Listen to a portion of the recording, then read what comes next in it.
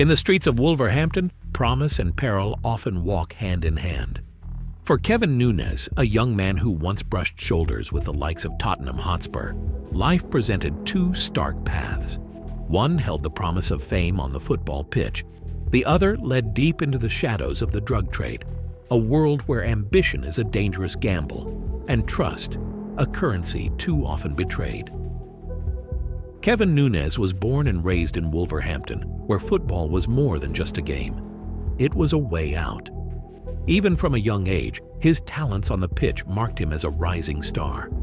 Scouts from major clubs watched as he thrived, eventually earning a place in Tottenham Hotspur's youth program, a ticket to a brighter, safer future. Yet, as the saying goes, not all that glitters is gold. Wolverhampton's streets harbored a darker allure that would soon cloud Kevin's promising career. By his teenage years, as friends celebrated his football achievements, Kevin had begun venturing into a new realm, the world of street gangs and the lucrative, albeit treacherous, drug trade. With gang activity on the rise, Wolverhampton was rapidly becoming a stronghold of criminal dealings. For Kevin, the temptations of quick cash and respect, so easily earned in the underworld, were difficult to resist. Bit by bit, his football dreams faded, replaced by the lure of life on the edge. By the late 1990s, he was already a known figure in police circles, a small-time dealer with connections that ran deep within the local drug trade. As Kevin's network grew, so did his risk. His life in Wolverhampton became a delicate dance between opportunity and danger, where reputation ruled and the price of power was high. By 2002, he was fully entrenched in the gang culture, his ties with the criminal elite of the Midlands cemented. With gang hotspots stretching across Wolverhampton and into Staffordshire, the competition for control over the region's drug market was fierce and unforgiving. His rapid ascent into this world would set the stage for violent events that no one could have foreseen. In Wolverhampton's most notorious neighborhoods, Whitmore, Rians, and Heathtown, the streets were like battlefields. Territorial disputes between gangs often boiled over into full-blown violence, with factions vying for control over the lucrative cocaine and heroin trade. Kevin Nunes wasn't just a player, he was a threat. In a world where loyalty was often transactional, Kevin's involvement in the turf wars soon marked him as a target.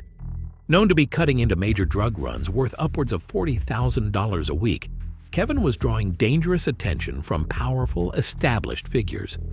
By late 2002, tensions had reached a breaking point. Rival gangs like Birmingham's infamous Burger Bar Boys had begun to expand their influence into Wolverhampton, turning an already volatile region into a full-scale war zone. Kevin's growing presence threatened more than just the local market. It was an affront to the ruling powers. As he pushed his operations deeper into contested territories, he inevitably found himself in the crosshairs of those who sought to control the streets. The allure of his success was turning into a deadly trap. The Betrayal on September 19, 2002. Kevin had always thought his connections would protect him. That illusion would shatter on the night of September 19, 2002. Kevin trusted Simeon Taylor, a friend who'd often been by his side, and that night, Taylor was behind the wheel. The drive was nothing out of the ordinary, at least. That's how it seemed. Kevin sat in the passenger seat as the car wound through the quiet, deserted lanes of Paddingham, far from Wolverhampton's bustling streets. What awaited him at the end of that journey, however, was not a business deal, but betrayal. Simeon Taylor had laid the groundwork. Kevin was being led into an ambush. The car came to a halt, and in the eerie silence of the countryside, 4 men lay in wait. Men who Kevin likely recognized, men he once trusted. The moment he stepped out of the car, reality hit with savage clarity. The first blow came swiftly, a brutal pistol whip intended to disorient him, a cruel reminder that his time was up. Disarmed and panicked, Kevin had no chance to defend himself. What followed was an execution. Multiple rounds fired at point-blank range left no room for survival. The attack was cold, calculated, a message to anyone daring to challenge Wolverhampton's criminal order. The killers, professionals to the core, disappeared into the night, leaving Kevin's lifeless body behind as a stark reminder of the cost of betrayal. Kevin's body was discovered in the remote countryside, a world away from the urban grit of Wolverhampton, where he had once commanded respect. The ambush had been meticulously planned, carried out with ruthless precision. This was not a botched robbery or a spontaneous act of violence. This was an organized hit, sanctioned and executed with the kind of efficiency that only comes from seasoned criminals. For Kevin, trust had come at a fatal cost, sealing his fate in the unforgiving landscape of gangland life. Parallels with the Essex Boys' murders. Kevin Nunes' murder bore an eerie resemblance to another infamous case, the Essex Boys' murders in Rettendon, Essex.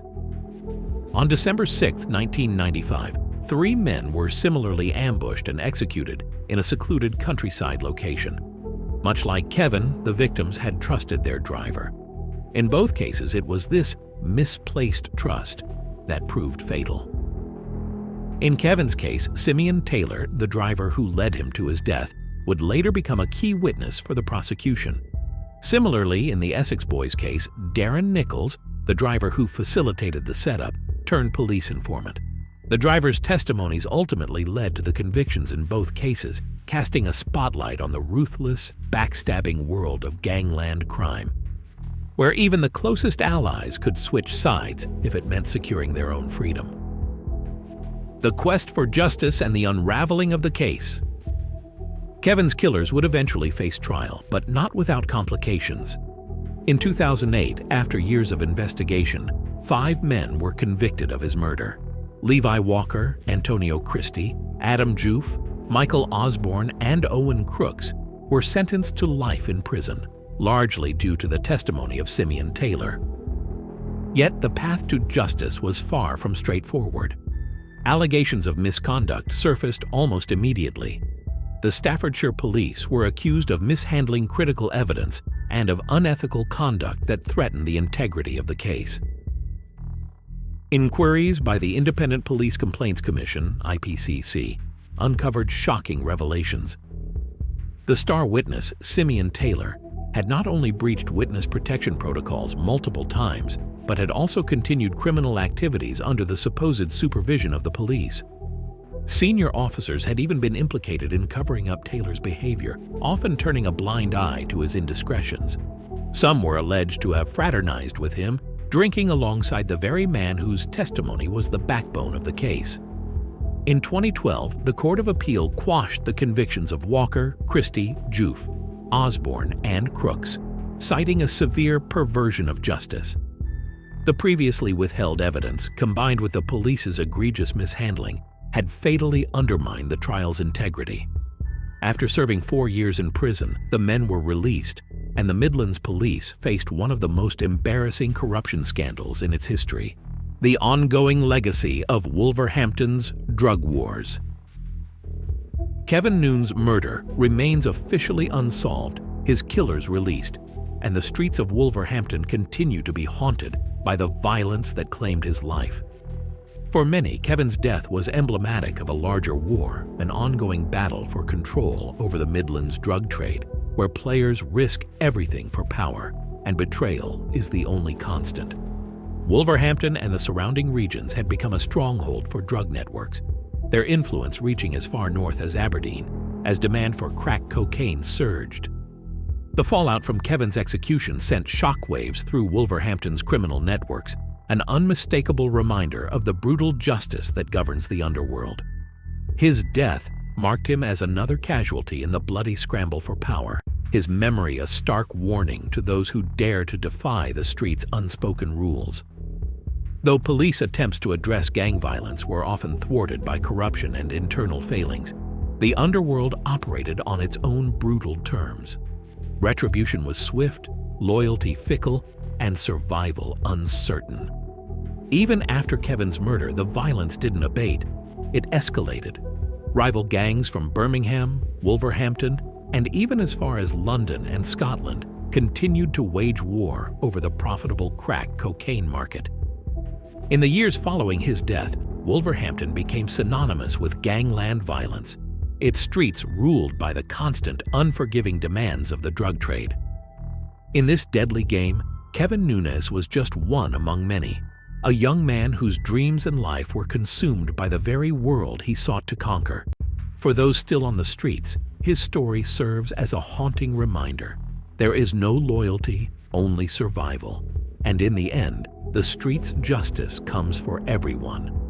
For more real crime stories and in-depth analyses, be sure to hit like and subscribe. Stay vigilant, stay informed, and remember, the world we see isn't always the world that is. Until next time, stay safe.